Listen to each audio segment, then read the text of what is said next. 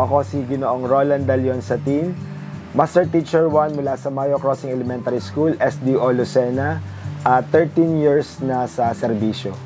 Naisipan talaga namin ng pamilya namin na kailangan, siyempre dahil galing tayo sa hirap, kailangan iikot ang pera, hindi pwedeng laging palabas. Kaya yung kapatid ko na nag-graduate ng computer programming is sinabi niya na sige, magtayo tayo ng computer shop since wala namang may computer shop dito sa lugar namin. At yun nga po, sa tulong lang ng pag-iingat nung panahon ng pandemic ay ini-offer namin siya sa aming mga kababayan dito sa Mayo Crossing. Ay as in, ang mga bata bawal lumabas, pero sa mga pagkakataong yun, na-i-open ko itong computer shop ko dun sa mga nagwo-work at talagang sa mga nangangailangan ng internet connectivity base sa kanilang trabaho, base sa mga pag-aaral, at nung unti-unting nabubuksan yung pag-aaral o yung pagkakaroon ng blended learning, ibinaba ko ng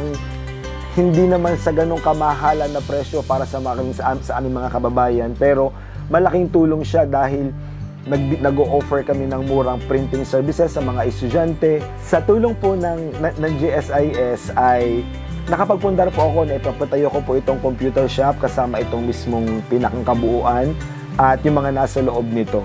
So, yun yung pinaggamitan ko para at least may bumabalik na pera kahit papaano. Hindi siya basta palabas lang ng palabas. Talagang madaming pinagdaanan itong aking negosyong ito dahil nung magkameroon ng bagyo, natanggal itong buong bubong itong computer shop at nasira yung ilang mga computers.